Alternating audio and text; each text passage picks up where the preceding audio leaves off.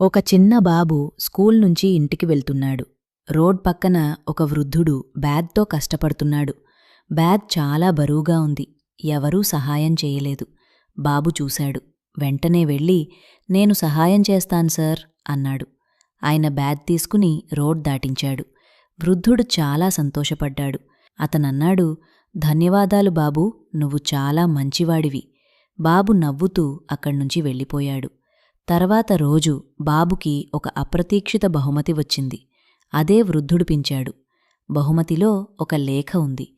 అందులో ఇలా ఉంది: "నీ సహాయం నాకు చాలా ముఖ్యం. నిన్ను ఎప్పటికీ మర్చిపోను."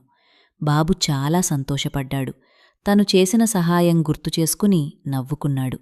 అప్పుడు బాబు ఒక విషయం అర్థం చేసుకున్నాడు.